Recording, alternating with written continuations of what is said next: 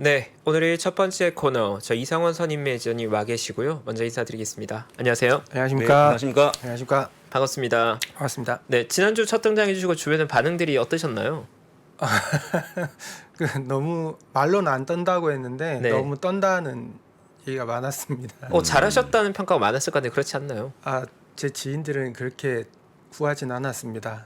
가혹한 평가가 기대만 있었군요. 못하다 이런 네. 의견이 많았습니다. 아니, 전 사실 기억나는 게 제가 2021년 2월 3일 그 자리에 처음으로 딱 앉아 있을 때는 제가 너무 떨려서 말도 잘 안 나왔었거든요. 2021년 2월 3일 제가 저기에 날짜를 기억하십니까? 첫 등장이가 오, 기억하죠. 근데 그때 있었는데 그때 저의 모습에 비하면 훨씬 더 잘해 주셨거든요. 감사합니다. 그래서 지금 선임께서 지금 일주일 만에 뭔가 스타일도 좀 더 세련되어지시고 뭔가 좀 오늘 좀 신경 쓰고 나오시게 느껴집니다. 심기일전하고 왔습니다. 심기일전. 네. 오늘 기대하고 한번 예. 들어보겠습니다. 네.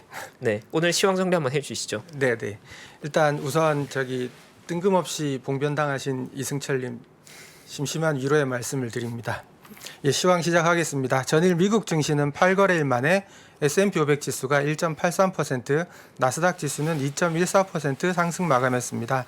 유가가 5.69% 하락한 것과 연준 부의장 브레이너드가 과도한 긴축을 경계하는 목소리를 내자 미국채 금리가 내리면서 상승했습니다.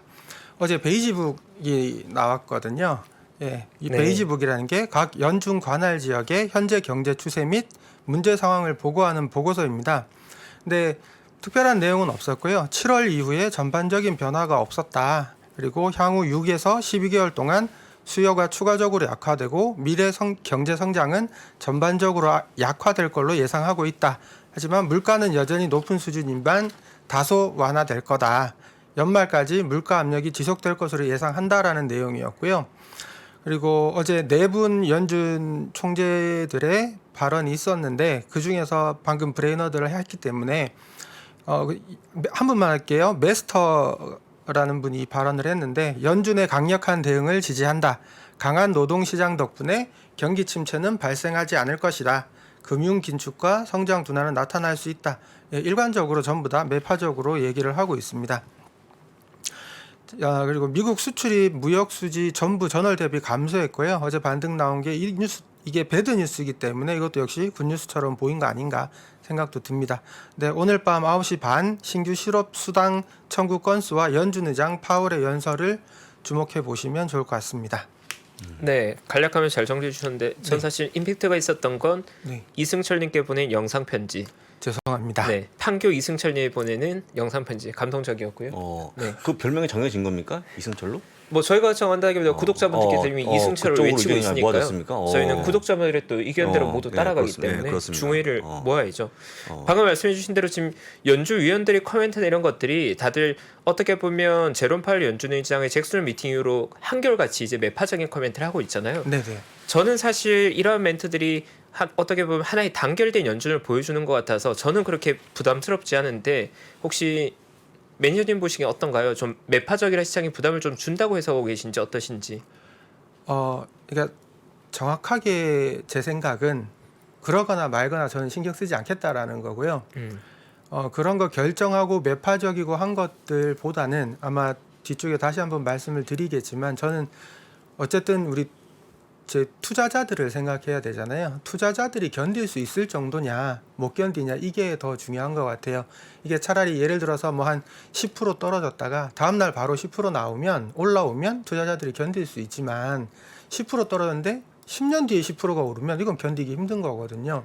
그러니까 경제 정책이나 이런 것들은 이제 뭐 연준 파월이 결정하는 거지 않습니까? 그럼 파월이 옳은 판단을 하겠죠. 물론 틀릴 수도 있겠지만 뭐 수정할 수도 있는 거고, 그럼 파월이 해야 될 일이고, 우리가 해야 될 일은 이런 상황에서 이 주식 매수 포지션을 계속 유지를 할 건지 아니면 뭐 말아야 할 건지 이거를 결정하는 게 그러니까 대응의 영역이지 우리가 뭐 예측할 수 있는 그런 거는 아니라고 생각해요. 하지만 예측을 하기도 하겠죠. 네, 뒤에 말씀드리겠습니다. 네, 감사합니다. 결국 일단 시장에서 지금 보고 있는 거 다들 뭐 다음 주 CPI 발표나 CPI 관련해 물가 인플레가 잡히냐 이걸 보고 있을 건데 네네. 지금 시장 어떻게 보고 계신가요? 예, 지금 다음 화면 한번 같이 보시면 저는 물가가 꺾였다라고 생각을 해요. 좀 공격적일 수도 있는데 FED 금리 모니터링 계산기라는 게 있잖아요. 이게 30일 연방기금 선물 가격을 토대로 미국 금리 변동에 대한 시장의 기대를 측정한 겁니다. 그러니까 선물 가격이죠. 선물이 지금 얼마에 거래되고 있느냐라는 건데 지금 3.251 확률이 지금 79%나 나옵니다. 그러니까 0.75가 오를 것이다라고 베팅하는 게 거의 80%에 가깝죠. 이게 전주에 보면 73% 정도였는데 이 FOMC가 다가오면 올수록 점점 더 0.75로 굳어져 가는 그런 분위기고요. 밑에 보시면 11월 3일인데요. 11월 3일자에 한 번 더 결정할 텐데 여기도 3.5에서 3.751 확률을 거의 80% 가깝게 78.9%로 보고 있습니다. 그러니까 이번 다음 계속 4%가 되는 순간까지 올리겠다라는 거고요. 저는 오히려 이때가 아마 마지막이지 않을까라고 생각을 합니다. 연준의 목표는 4%니까요. 그 정도면 충분하지 않나 생각을 하고요. 그리고 다음 화면 보시면 제가 유가 전문가는 아닌데요. 저번에도 유가를 말씀을 드렸는데 너무 데이터 없이 그냥 말씀을 드리니까 이게 뜬금없이 무슨 소린가 했을 거예요. 근데 이게 WTI 주봉이거든요. 2015년 이후로부터 2014년 이후로부터 보면요. 유가의 중간값 가운데 선을 그어 보면 대략 60달러 정도였습니다. 그리고 2022년 그 값을 제외하게 되면 유가의 고점은 대략 80달러 정도였었고요. 그리고 이제 극단값을 이제 2020년도 극단값을 제외하면 유가의 저점은 대략 50달러였습니다. 그래서 저는 지금 인플레율이나 이런 거를 감안을 했을 때 시간이 지났으니까 대충 중간선인 60달러에서 한 80달러 정도가 유가가 적정한 가격이 아니냐라는 거고요. 지금 뭐 어제 급락을 하긴 했지만 아직도 좀 더 내려가야 유가의 평균 값에 근접하지 않을까 저는 그렇게 생각을 합니다. 이렇게 생각하는 근거는 당연히 금리를 이게 떨어지지 않으면 계속 금리를 올릴 거니까요. 예, 그렇게 생각을 하고요. 다음 화면 보시면 일봉입니다. 제가 물가가 꺾였다라고 하는 거는 저번 주에 말씀드렸던 것처럼 이 데이터 때문인데요. 5월 종가의 평균을 내보면 108.88달러였어요. 그리고 6월 종가의 평균이 114달러였거든요. 6월 유가 보시면 딱 이날 찍고 떨어지는 순간 6월 17일이 S&P 500 나스닥 전부 다 그날이 바닥 찍은 날이었습니다. 이날부터 반등이 나왔거든요. 그리고 7월 종가 평균을 보면 98.93달러. 역시 많이 떨어졌고요. 8월 종가 평균 보시면 91.45달러. 9월 현재까지 요 며칠 안 되지만 평균이 85달러입니다. 종가 평균이. 그럼 계속 떨어지고 있거든요. 특히 이제 이란과의 핵 협상 이게 확실하지 한 건지는 잘 모르겠지만 이란과 핵 협상이 결렬됐다라는 뉴스들이 나오고 있는 상황에서도 급락이 있었다라는 거는 어느 정도 물가가 잡혀가는 거 아닌가? 저는 그렇게 생각이 됩니다. 네. 잠깐 속보 하나 확인하고 넘어가도록 하겠습니다. ECB가 방금 전에 0.75% 금리 인상을 단행했습니다. 누구나 다 예상했던 거니까 이제부터 금리가 또 올라가기 시작하네요. 물가 잡고해서 올린 건데, 근데 장이 조금 그 유럽 장은요, 약간 혼주항세를 보여주고 있는데 기사가 나오자마자 지금 뭐 시장의 변화가 거의 없는 모습이고 오히려 프랑스 깎아주는 플러스 반전하는 그런 모습 보였고, 그래서 제가 볼 때는 0.75%에 대한 예부분 다 예상한 거가 나왔다고 보시면 좋을 것 같고, 이제부터 유럽도 뭔가 금리를 올리는 구간이 왔다라고 좀 보시면 좋을 것 같습니다. 네, 속보 공유해 주셔서 감사하고요. 결국은 매니저님이 정리해 주신 것도 유가에 관련된 포인트를 보면 시장에서 바라보기에 제가 느끼기에 유가가 또 너무 언더슈팅 해버리면 침체에 대한 공포에 또 빠지잖아요. 그러니까 제가 생각하는 사실 가장 이상적인 유가의 균형이 저는 사실 60불에서 80불 사이의 밴드였거든요. 근데 지금 이제 제가 생각한 이상적인 밴드 상방 정도에 와 있는 것 같은데 매니저님 생각하시기에는 현재보다 약간은 더 밀려서 한 60불 정도 자리 잡혔을 때 시장은 좀 더 환호할 거다라고 일단 보고 계신 건가요? 근데 저는 우리가 물가라는 부분에서 좀 더 생각해 볼 필요가 있을 것 같아요. 물가가 우리가 보는 물가 지수는 그러니까 전년이 기준이 되는 거잖아요. 전년을 100으로 봤을 때 지금이 어떠냐는 거잖아요. 그러니까 물가 지수가 사실은 YOY거나 QOQ거든요. 그러니까 전년 동기 대비 상승률이나 전월 대비 상승률이 나타나게 되지 않습니까? 그러면 어쩌면 얘가 진짜 60달러까지 떨어지고 더 떨어지는 상황이 나오면 물론 유가가 나머지 물가를 다 대표하는 건 아니지만 그런 상황이 나오게 되면 오히려 내년부터는 디플레 상황을 걱정하는 그런 상황이 될 수도 있거든요. 그러면 제 생각에는 올해 물가가 너무 높았기 때문에 내년에는 기고 효과가 발생한다는 거죠. 그럼 오히려 더 안 좋은 국면, 어쩌면 경기 침체됐다고 난리가 나는 그런 상황이 될 수도 있거든요. 그러면 자연스럽게 경기 부양책이 나올 수도 있는 거고 오히려 그런 상황으로 넘어갈 수도 있기 때문에 우리가 흔히 골디락스라는 표현을 쓰잖아요. 뜨겁지도 차갑지도 않은 상태. 그런 상태가 가장 좋을 것 같고 그게 60에서 80달러 언저리 어딘가일 거다라고 저는 상상하는 거죠. 네. 그리고 아까 자료 작성해 주신 것 중에서 유가의 뭐 5월 종가 평균 같은 유가의 종가 평균값들 같은 게 직접 계산해 놓으시는 값인가요? 아니면 예, 제가 다 계산을 한 겁니다. 종가를 그냥 엑셀로 해서요. 다 내려서, 돌린 겁니다. 예. 보시는 지표 예. 중에 하나군요. 네네. 이런 사실 시장을 보는 색깔이나 어떤 포인트들에 대한 어떤 관점이 좀 명확하신 것 같은데 선임께서 혹시 시장을 바라본 본인은 어떤 투자자다, 혹시 나의 투자 차량은 뭐 어떤 거다 이런 관점이 혹시 있으신가요?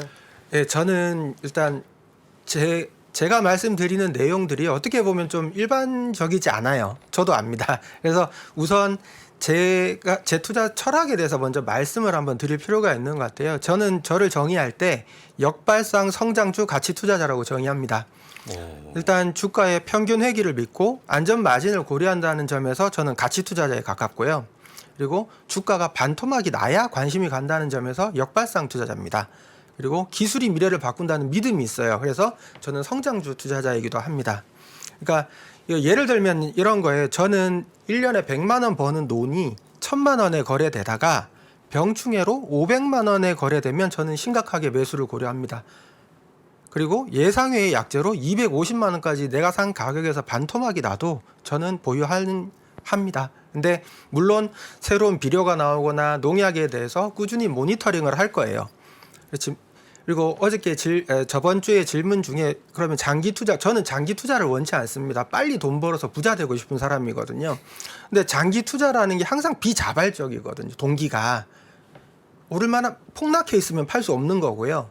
너무 오르면 더 오를 것 같아서 팔 수 없거든요. 그 중간 어딘가 타협점이 있어야 된다고 생각하는데 저는 일단 목표 수익률에서 2배가 나면 일단 절반은 팝니다. 원금 회수 차원이라는 생각을 가지고요. 절반을 팔고 나머지 절반을 보유하는데 일반적으로 한두 분기 정도는 참고요. 3분기, 4분기가 뭐 실적이 반정이 나온다. 그러면 저는 계속 가져가는 편입니다. 그리고 예, 그러니까 저는 결과적으로 청개구리 편향이 있어요. 청개구리 편향이 있으니까 남들 의견이, 그러니까 남들이 다 좋다 그러면 저거 혹시 안 좋은 거 아닌가라는 생각을 저는 한번 해봅니다. 그리고 남들이 다 나쁘다 그러면 저거 왜 나쁘지라는 생각을 한번 하거든요. 그래서 항상 양쪽을 고민을 하니까 들으실 때 저 사람 의견이 좀 독특하다 싶으셔도 좀 참고해 주시기 바라겠습니다. 그러니까 예. 기본적으로는 청개구리라는 표현은 어쨌든 역발상 투자자로서 네네. 시장에 소외되어 있는 자산들이 매력적인 가격에 거래된다면 투자한다고 볼 수 있겠네요. 그렇죠. 네. 저는 이제 그냥 뛰어듭니다. 네. 섣불지고 뛰어드는 편이에요. 네. 그리고 또 성장주 투자자면서 가치 투자자라고 본인을 말씀해 주셨는데 그러면 투자를 할 때 보통 그 기업의 실적에 조금 더 비중을 두시는 편인가요? 아니면 성장 스토리에 좀 더 비중을 두는 편인가요?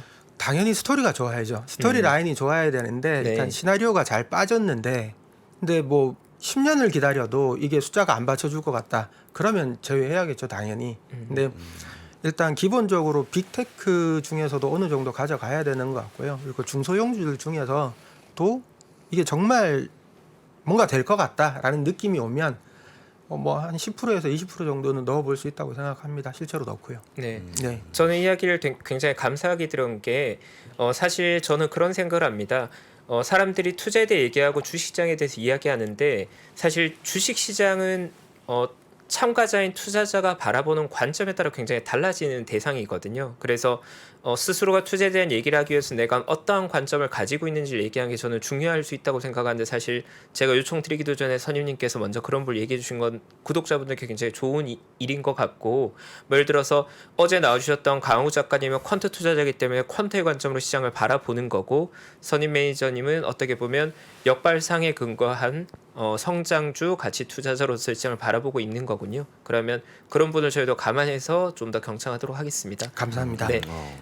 그렇다면 현재 선임님의 관점에서 보기에는 미국 시장 우리가 현재 시점에서 어떻게 바라봐야 되고 어떠한 전략으로 좀 대응할 수 있을까요? 하반기를. 그러니까 저는 시황에 대해서 저는 기술적 분석도 되게 선호하는 편이거든요. 한쪽으로 치우치면 안 된다고 생각해요. 기본적 분석도 되게 좋고 기술적 분석도 좋은데 두 개를 합치면 좀 더 나은 데이터가 나오지 않을까라고 생각을 합니다. 그래서 항상 기술적 분석도 경로를 상상하면서 말씀을 드리는데요. 근데 반드시 이날 이런 게 일어난다라기보다는 그럴지도 모른다라는 합리적 상상을 기반으로 하고 있습니다. 예를 들어서요. 9월 말이 바닥일 것으로 본다라고 저번에 말씀을 드렸는데 지금 미국 지수 지금 요 화면 한번 같이 보실까요? 예, 전일 이 미국 나스닥 지수입니다. 나스닥 지수인데 이거 어디서 많이 본 그림일 거예요. 어제 잠깐 반등이 나왔지만 제가 1번하고 2번 표를 그려놨어요. 이게 보시면 일본 곡선에 지금 9월 이후에 만약에 FOMC에서 금리를 올리고 났을 때가 만약에 저점이라면 반등이 나온다면 여기가 쌍바닥이 되는 경우가 되는 거죠. 근데 왜 이게 가능하냐라고 보면 저는 시진핑이 10월 16일 날에 연임을 하게 될 거라는 거죠. 그러면 지금 9월에서 그때까지 지금 한 달도 채 남지 않은 시간 동안 뭔가 대단히 경제 활력을 불어 넣어야 되는 상황이 되는 거고요. 그리고 연준 금리가 피크아웃 한다라는 거에 대한 기대감이 있을 수도 있다라는 거죠. 그러면 일본 경로를 따라갈 수도 있다. 그러면 충분히 지금 사볼 분할해서라도 사볼만 하다라는 생각이 들고요. 만약에 이게 깨졌어요. FOMC에서 만약에 1%를 진짜 올렸어요. 그래서 시장이 패닉에 빠져서 붕괴된다라면 2번 경로를 따라갈 수도 있다고 생각합니다. 왜? 2번은 미국 중간 선거가 11월 8일에 있거든요. 충분히 물가를 눌러놓았다라고 생각하면 그 다음부터는 이제 미국도 선거를 위해서 경기 부양을 해야 되는 상황이라는 거죠. 그러면 저점을 깨고 내려갔다가 반등이 나왔을 때 10월 말 11월쯤에 반등이 나왔을 때 반등 맞고 다시 올라가면 이게 유명한 역헤드앤 숄더잖아요. 이러면 이 두 가지 경우가 다 유명한 추세 전환 신호죠. 사실은 3번이 하나 더 있어요. 이거를 뚫고 그냥 나락으로 떨어진다라는 거 있는데 그거는 상상하고 싶지도 않습니다. 그래서 애초에 빼놨어요. 그리고 1번 곡선과 2번 곡선을 보면 제가 다 직전 고점보다 높이 어떻게든 높이 빼보려고 이렇게 그려놨습니다. 이게 제 희망입니다. 네, 일단 1번과 2번 둘 다 2번은 좀 고생하지만 결국 좋아지는 거고 1번은 좀 바로 좋아지는 거 해피엔딩인데 어쨌든 선임님께서는 2번보다는 1번 바로 해피엔딩으로 가는 그림을 좀 더 확률이 높다고 보고 계신 건가요? 그러기를 상상하고 희망하고 있습니다. 그러길 기도하지만 예. 2번일 수도 있다. 2번일 경우는 개인적으로는 1번의 반의 확률도 안 된다. 1번의 확률이 대단히 높을 대단히 것이다라고 높을 것이다. 생각하고 있습니다. 네, 감사합니다. 저도 사실 그 차트 볼 때 저런 예상 시나리오 그린 거 굉장히 좋아요. 이 시나리오로 갔을 때 이렇게 대응하고 이 시나리오로 갔을 때 어떻게 대응해야 된다는데 이제 저도 하나 첨언을 하자면 많은 투자자분들께서 질문해 주실 때 그런 질문들을 많이 하세요. 과연 저 그림에서 바로 반등 1번이야 아니면 고생 좀 더 하다 반등 2번이야 이렇게 물어보시는데 최고의 전문가라고 하더라도 1번이냐 2번이냐를 맞출 수는 없습니다. 그 누구도 알 수 없습니다. 그래서 정도의 차이가 있는 거죠. 1번이 50%, 2번이 30%, 그리고 정말 싫은 3번이 한 20% 정도로 어느 정도의 확률이 일어날 것이라는 시나리오를 써놓고 시나리오로 됐을 때는 내가 생각했던 그림대로 더 공격적으로 베팅하는 거고 내가 예상한 거가 다른 시나리오가 됐을 때는 포지션을 줄이는 식으로 대응하는 거죠. 맞죠, 선임님? 맞습니다. 네, 감사합니다. 저도 딱 보는데 반가워서 그리고 얘기하지 않을 수 없는 게 오늘 제가 들은 뉴스 중에 가장 시장 이슈가 됐던 게 애플이었던 것 같거든요. 애플의 관련 이슈가 좀 정리가 좀 필요할 것 같은데 애플이 좀 어떻게 보면 될까요? 예, 어제 말씀해 주신 대로 애플이 이제 그 발표가 있었는데요. 저는 애플을 우리가 정의를 하고 시작해야 된다고 생각을 합니다. 애플은 브랜드 특징이 있죠. 애플은 구매자들은 애플이라서 사지 성능으로 사지 않는다고 저는 생각을 합니다. 성능은 비슷하게만 따라와줘도 우리는 애플을 사용한다라는 브랜드에 대한 충성도가 굉장히 높은 사람들이죠. 심지어 애플카가 나오지도 않은 상황에서 애플카 충성도가 3위까지 테슬라를 젖히는 그런 상황까지 벌어지지 않습니까? 그러니까 브랜드는 애플은 특수한 회사다라는 거고요. 자, 아이폰 14의 특징을 제가 정리를 해봤습니다. 1번 다이나믹 아일랜드, 2번 CPU 퍼포먼스 개선, 3번 카메라 성능 개선, 4번 가격은 전작과 동일, 플러스 제외하고는 동일합니다. 근데 일반 모델이 125에서 135만 원, 프로 모델이 155에서 175만 원 예상하고요. 한국 출고가는 환율로 15에서 20만 원 인상을 예상하고 있습니다. 그리고 위성통신은 미국과 캐나다만 가능하고 애플워치 8세대가 출시됐다고 합니다. 근데 저는 이 뉴스 보면서 하나도 흥분되지 않았어요. 이게 저한테 와닿는 게 하나도 없거든요. 저는 왜 애플을 써야 되는지에 대해서 이거 보면 막 흥분되고 사고 싶다라는 생각보다는 아니 삼성전자 폴더블 폰은 접히는데 100만 원인데 이건 접히지도 않는데 심지어 나는 한국 사람이고 삼성전자를 내가 한 대라도 팔아줘야 미국 애플하고 경쟁이라도 할 수 있지 않을까 이런 애국적인 관점에서도 잘 안 와닿기는 하는데요. 물론 주식은 애플 주식을 삽니다만 자, 기술적인 부분을 얼리 어답터 분들 및 애널리스트한테 맡기고 나면 드는 의문이 두 가지 있습니다. 하나는 생산 원가가 분명히 올랐단 말이죠. 인플레 때문에. 근데도 가격은 동결했다. 근데 지금 킹달러라고 하잖아요. 그럼 킹달러로 인한 부정적인 효과는 뭐가 있는지 이 두 개가 의문이 듭니다. 다음 화면 보시면요. 자, 애플 2분기 실적을 다시 한번 돌아다 보면요.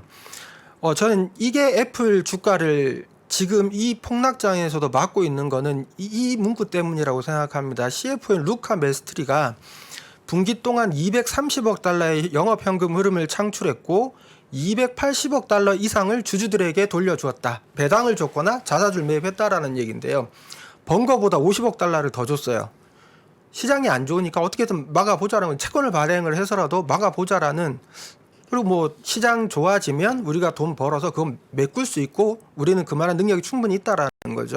이게 애플 지금의 현재의 애플 주가를 만든 것 같아요. 근데 우리가 이제 애플 대차대조표를 자세히 한번 보면 조금 의심 가는 부분이 사실은 있어요. 저는 자, 한번 보시죠. 일단 왼쪽에 보시면 애플 밑에 이 넷세일즈가 매출이잖아요. 이게 우측에 보시면 2022년 준 25, 그러니까 전년 직전 연도 거랑 이제 비교를 해놓은 거죠. YOY입니다. 근데 매출에 보시면 상품과 서비스가 있는데 상품 매출이 사실은 별로 늘지 않았습니다.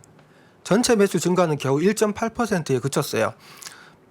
근데 서비스 부분에서 보면 그러니까 170억 달러, 대충 170억 달러에서 190억 달러로 대략 12.11% 증가했거든요.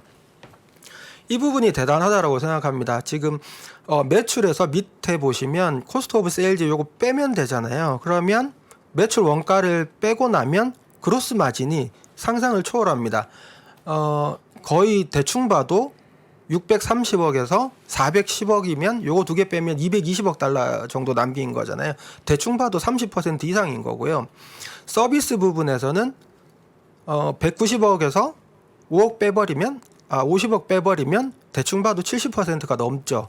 그러니까 이 두 개를 합치면 마진이 45% 이상 나온다는 겁니다. 그러니까 서비스 부분에서 이 영업이익률이 원체 좋아서요. 이 좋은 서비스 부분의 매출 성장률이 이 전체 매출이 별로 늘지 않았음에도 불구하고 실적을 끌어올리고 있다라는 거죠. 근데 좀 아쉬운 부분도 있어요. 지금 보시면 요 화면이 조금 밑에 내려오시면 순이익이 그러니까 EPS죠. EPS가 1.3달러인데 1.2달러예요. 오히려 감소했습니다. 이 부분은 조금 아쉬움이 있었어요. 아마 다른 빅테크들이었으면 이 실적 내놨으면 10% 20% 막 떨어지는 경우가 있을 수도 있었겠죠. 하지만 애플은 그렇지 않았다. 주주들이 이 애플이라는 회사에 대한 신뢰가 대단히 두텁다라는 걸 알 수 있습니다. 화면을 조금 내려주시면 EPS가 보일 것 같습니다. 지금 이제 화면을 키우는 바람에 아래 부분이 좀 잘려 있고 안 돼요? 거기서 거기 내려주시면 되겠네. 예, 나오네요 이제. 네네. 베이직해서 EPS가 1.31달러에서 1.2로 빠졌다는 그 말씀하신 거죠? 그렇죠. 예, 예, EPS가 오히려 감소했었던 거죠. 이제 다음 화면을 보시면 이게 지금 아까 그거는 이제 기본적인 애플에 대한 내용이었던 거고요. 지금 제가 제일 궁금한 거는 바로 이겁니다. 미국 및 미국 외지 그러니까 달러가 너무 킹 달러인데 지금 미국 비중과 해외 비중을 한번 비교해 보자는 거죠. 그러면 미국 및 미국 외 지역 매출 비중 보시면 45%대 55%로 오히려 미국 지역보다 미국 외 지역 매출이 훨씬 더 큽니다. 그리고 제품 및 그 외 비중, 그러니까 제품 및 서비스 비중을 보시면 여전히 제품 비중이 76%로 대단히 높습니다. 그리고 이 서비스 부분 이 재무제표에 써 있는 거 보면 광고랑 클라우드 서비스 및 애플 케어 이렇게 써 있거든요. 이게 우리가 주목해야 될 부분인 것 같은데, 자 지금 밑에 한번 미국 표를 한번 보시면요, 이제 지역이 나와 있습니다. 세그먼트 되어 있는데 아메리카 37이고요, 유럽이 19, 그레이터 차이나 14. 만약에 제가 대만 사람이었으면 이거 보고 애플 불매운동했을 겁니다. 재팬 5, 레스트 오브 아시아 퍼시픽 6이거든요. 근데 실제로 매출이 는 거는 미국이랑 그 외 아시아 지역만 늘었고요. 나머지 세 개 지역은 오히려 감소했습니다. 그러니까 분명히 이 환율에 영향이 있었을 거다라는 거죠. 그 부분은 우리가 짚고 넘어가야 되는데 불행하게도 저기 환율 부분 관련해서는 제가 재무제표를 다 뒤져봐도 코멘트가 뭐 환해지를 한다, 뭐 가격을 올린다 이런 내용은 있는데 이게 얼마나 큰 어떤 타격이 되는가에 대한 아직 코멘트는 없었습니다. 아마 이제 이 3분기 실적 발표 나오면 그때 아마 코멘트가 있으면 제가 다시 한번 알려드릴 텐데요. 아직 그거는 없었습니다. 그리고 밑에 보시면 내 세일즈 바이 카테고리라고 돼 있잖아요. 보면 아이폰이 살짝 늘었고요, 맥이 줄었고요, 아이패드가 줄었습니다. 그리고 기타도 줄었고요. 오직 는 거는 서비스밖에 없는데 문제는 이거죠. 서비스 부분이 영업이익이 어마어마 70%가 넘는다라는 겁니다. 이익률이. 그러니까 이 사업이 제품의 프로덕트들의 감소를 얘가 늘어나는 속도가 매우고도 충분히 남음이 있다라는 거죠. 예, 이 부분을 우리가 한번 봐야 될 것 같습니다. 서비스 부분은 이제 지금 현재 10% 중반 나오고 있는데, 네네. 원래 애플의 목표치가 30%가 늘리는 거기 때문에 저도 이제 애플 뮤직을 듣고 있거든요. 그래서 아마 시간이 지나면서 좀 더 커질 걸로 보이기 때문에 사실 아까 말씀하신 전반적인 매출에 미치는 영향이 클 걸로 보이니까 앞으로 여러분들 애플에 대한 성장성은 서비스에 있는 게 아닌가라고 다시 한번 보시면 좋을 것 같고, 아마도 꾸준히 올라가는 그런 모습이 나오겠죠. 예, 그걸 잘 지켜보시면 좋을 것 같습니다. 그다음에 이제 보통 이제 그 애플 하게 되면 바이백도 많이 하는 기업 아니겠습니까? 그래서 배당하고 바이백을 포함하면 연 4% 정도의 또 어떤 효과가 있기 때문에 주가가 올라가면서 또 그까지 더해지다 보니까 좀 더 올라가는 그런 모습이 나온다는 것도 잘 기억하시면 좋을 것 같습니다. 애플 잘 짚어주신 것 같아요. 네, 내용 정리 너무 네, 잘해주셨고요. 아까 애플 그 대만이었다 그러면 뭐 저 같은 불매운동하죠. 그게 약간 네. 그게 말 딱 귀에 들어왔는데 왜 그러죠? 아니 대만이라고 네. 표기를 하든지 차라리 아, 그 외라 아, 써야 아. 되는데 아, 중국의 소국처럼 보이잖아요. 네, 그렇죠. 그레이터 이제, 차이나니까. 네, 그래서 예, 알겠습니다. 예. 네, 내용 정리 잘해주셔서 감사하고요. 사실 이 사회자석이 있다 보면 시황 발표해준 분들께 고르게 중립적인 포지션을 지켜야 되는데 저 개인적으로는 사실 저 이상원 사님 이제 겨우 2번 나오셨지만 정말 너무 매력적입니다. 시장 정리 너무나 잘해주시는 것 같고 개인적으로 오늘 정리해주신 내용들이 저도 시장 보면서 도움이 많이 됐거든요. 구독자분들께서도 함께 들으면서 매주 원래 금요일 나옵니다. 오늘 목요일 예외적으로 나오신 거 원래는 금요일의 남자죠. 예, 네, 맞습니다. 매주 금요일에 나온 금요일의 남자 판교 이승철님 많이 사랑 부탁드리겠습니다. 네, 오늘 너무 감사드리고요. 감사합니다. 고맙습니다. 그리고 네, 저희가 맞습니다. 이제 겨우 2번 하는데 제가 부탁 하나만 드려도 예, 될까요? 말씀해 주십시오. 제가 이제 사회자로 있으면서 제가 하나 가지고 있는 미션이 저희 구독자님들께서 바라시는 건 다 이뤄드려야 되는 그런 미션을 가지고 있거든요. 많은 분들께서 그 이승철님이 언젠가 노래 한 곡 청하고 싶다고 했는데 언젠가 한번 부탁드려도 될까요? 조회수가 10만이 넘으면 10만은 너무 작은가요? 50만 넘으면 하도록 하겠습니다. 5만 정도로 하죠. 그거는 좀 어려울 것 같습니다. 알겠습니다. 자존심이 있기 때문에. 네, 저희 최선을 다해서 조회수 10만 가시죠. 10만. 10만 예. 네, 10만 이상 조회수 나오면 이승철님의 노래로 한 곡 청해 듣겠습니다. 감사합니다. 감사합니다. 예. 네, 저희 오늘 시황 잘 정리해봤고요. 2부 순서 이남우 교수님 와 계십니다. 오늘 와주셔서 저도 굉장히 반가운 시간이 될 것 같은데요. 잠시 광고 보고 와서 교수님 모시겠습니다. 옛날에는 우리는 개인 투자들이 사면 장이 빠지고 개인 투자들이 팔면 장으로 오르고 막 이런 얘기 했잖아요. 그런 얘기하는 사람들은 정말 진짜 이제 물러나야 돼요. 제 경험상 캐시가 최고입니다. 10년 있으면 엄청난 기회가 와요. 평일 600석 전석 매진 2022 하반기 자산시장 대전망이 온라인으로 출시됐습니다. 우리는 펀드 매니저가 아니에요. 그리고 우리는 전문가가 아니에요. 왜 자꾸 우리가 전문가가 되려고 그래요? 아파트 사고 뭐 재산 올라오고 그게 다 내 덕인 줄 알잖아. 근데 중앙은행 덕이라고. 거기서 내셔 줄 때 같이 들어가야 돼. 근데 지금 들이마시는데 그 앞에다 대면 빨리 들어가지. 주식 부동산 투자에서 꼭 알아야 할 핵심 포인트를 압축한 5시간의 강의 2022 하반기 자산시장 대전망. 자세한 사항은 3프로TV 영상 하단의 댓글을 확인해 주세요.